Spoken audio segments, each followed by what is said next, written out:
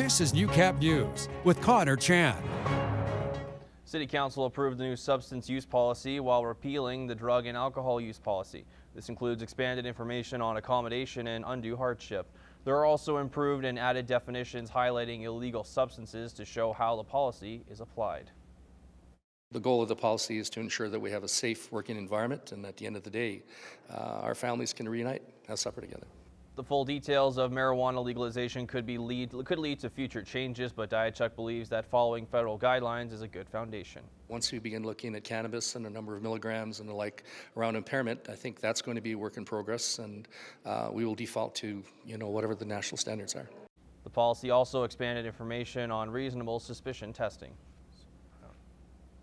The Lloydminster Rescue Squad is getting ready to host its 4th annual Sirens and Sapphires Gala. The guests attending the fundraiser will enjoy a night of food, music, and an auction. Last year, funds raised were put towards helping the rescue squad keep equipment and training up to date.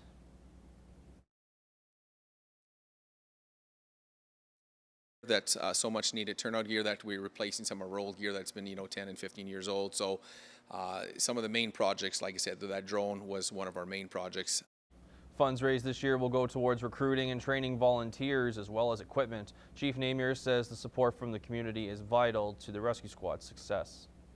Without the gala, we would probably in that category of struggling like some of the other nonprofit organizations. It means the world to us.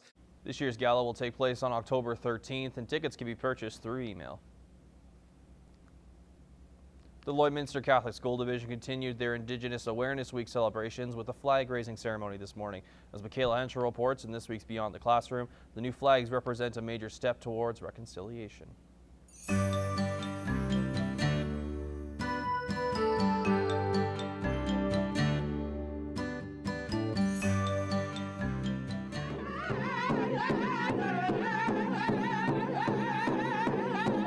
Differences were set aside as students and dignitaries gathered at Holy Rosary High School to acknowledge a piece of Canadian history. Everything we do is education, so we want to teach kids that there was a past that we need to know about, and there's a future that we need to focus on. The Métis and Treaty 6 flags now fly permanently outside of the school, not only representing the land the community was built on, but also those that came before us. It means a lot. It means that I'm representing my future, my community, me, myself as a Aboriginal person and as a Plains Cree, and my family. Not only do the flags recognize the past, they symbolize peace as we work towards unity. I hope that we build trust from healing and that we're building a future together as a whole community and school. Well, these kinds of events are very important for communities because it's a sign of reconciliation, a sign of people and communities coming together to try and work together. Michaela Henschel, Newcap News.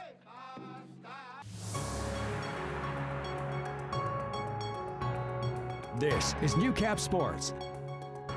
The Lloyd Comp Barons boys rugby team traveled to Saskatoon today for a rare matchup with one of the city's club teams, the Saskatoon All Blacks. It's a chance for the Barons to see how they stack up against proper competition. Lance Phillips caught up with the team before it left and learned that this team, although it wants to win, competes for other reasons.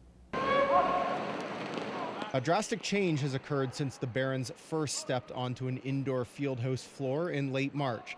The game is coming much more naturally, and players are understanding systems and structure. It's all coming together, helping Barons players develop quickly. Steve's always have us doing new drills, trying new things, working on stuff like during the games he sees. We're partway where we need to be. There's a number of skills. We basically, when you first saw us, we were novices for the most part. Maybe we're moving towards an intermediate, but there's some advanced skills we want to get to by provincials. That's what we're shooting for, is to peak for provincials. Part of the reason the team is earning success as it works towards that peak is everyone on the pitch is enjoying the process, and it's evident from the laughs and smiles within the group. It's also an integral element to success on the scoreboard. Oh yeah, it's lots of fun, honestly. I wish I could have joined it in grade 10. I was told to join, but I never did, just never had the time. now I just kind of joined it, and I'm starting to love it every day. I have to say, just being out, it's the exercise you get and fun. You get to hit people. It's nothing better. It's partly about coming out and having a good time. That's maybe, a very important thing. It's about being safe. But it's also, I try to get them instilled with them that it's got to be more about them, more about just having fun. It's got to be about something bigger, more important. So that goes a little bit beyond rugby. And I think that's, the attitude I try to take to the boys is like, this is a bigger part of life here. And I hope they find some meaning in that. It's obvious those words and lessons are resonating with the players on this team, impacting them in ways some didn't know were possible. I'm learning to get along with other people, work with them, and be respectful, really. Especially when we're playing against other teams. Is it challenging? Is that challenging? Oh yeah, I got punched in the face the one game, so holding it back is pretty hard. So, yeah. It's a great group of kids, that's for sure. They're responsive, they're respectful. We can talk about a lot of things. We can talk a lot about deep things and have, kind of goof off a little bit too.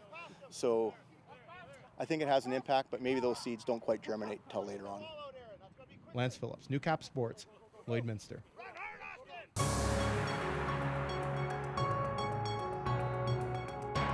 This is Newcap weather with Gerard Lampa. Welcome back, everyone. So we really need some rain, some moisture from anywhere to try to dampen these things before it really gets out of control here. The prospect is for some this evening and maybe lingering into the early hours of tomorrow morning. Some models are saying maybe at various points during the day tomorrow, but whatever we get at this point, we will take for sure, for sure. Let's start with the next 24 hours. And you see the prospects of it there, even as we put this map into motion there. Phew, I was beginning to wonder. So there you go. There's the leading edge, the warm front, and we're still under the ridge of the jet stream there. See, it'll collapse certainly, and as we go on into the overnights, into the early hours of the morning, this is what the prospect is. How much of that, well, the bulk of it seems to stay well off to the southwest of it, some of it encroaching on us. So we leave it at about 2 to 5, maybe 8 millimeters there. Whatever we get, we certainly need in terms of that moisture to just try to dampen, to cool things down a bit, because honestly, it is bone dry out there. Temperature-wise, well, we got to 21 today. Let's see what we're dealing with come tomorrow as the cooler air slides in there. Well, 15. So we're back to the mid-teens or just below. These 18s here are the seasonal average for this time of the year. 15 would be just about 3 degrees below that. 17 out to Lac-La-Biche, St. Paul areas. 19 in Vegreville. 18 in Edmonton tomorrow. 12 in Wainwright, 11 for Provost and Macklin areas, and tomorrow off to the northeast there, 16 out to Isle Cross, 18 at Green Lake and Meadow Lake, 15 in St. Walburg, 12 at Maidstone, 13 in the Battleford. So a little cooler tomorrow, but hopefully the bigger part we want, really those showers to dampen things up there just a bit there. 17 and mainly sunny skies in Vancouver, a mix of sun and cloud in Edmonton for their 23, 17 out to Whitehorse, lots of blue skies in Yellowknife for their plus 7 in this hour, 27 in Regina, 17 mainly sunny conditions in Winnipeg there. Heading to Toronto now, mainly sunny skies as well for their 16, 12 in Quebec, 0 in St. John's, 7 in Halifax, and -5 out to Iqaluit. And I should add as well, yesterday we were talking about Rosemary, Alberta. Today and in this hour, Rosemary, Alberta is the hottest spot in Canada at 30.8 degrees. So not just in Alberta, but right across the country. It's Rosemary, just northwest of Brooks. So 14 and overcast and cloudy in the Battlefords and area. Could pick up some showers overnight into the early hours of tomorrow morning. Just 8 overnight and then 13 tomorrow as the daytime high with those showers around. 19 in Cold Lake and parts of the Lakeland. We could see 7 by the early hours of the morning and just 18 tomorrow as your daytime high. For ourselves in the Midwest, we're at 21, could see 8 overnight. Expecting a passing shower. It could be a bit more than that. Some certainly possible after 8, 9 o'clock and some again in the overnight periods. It could linger around and the clouds certainly will stick around. 15 cloudy and a little cooler than certainly our 21 at the moment. So that's what we're dealing with come tomorrow as the cold front from the system will slide on through.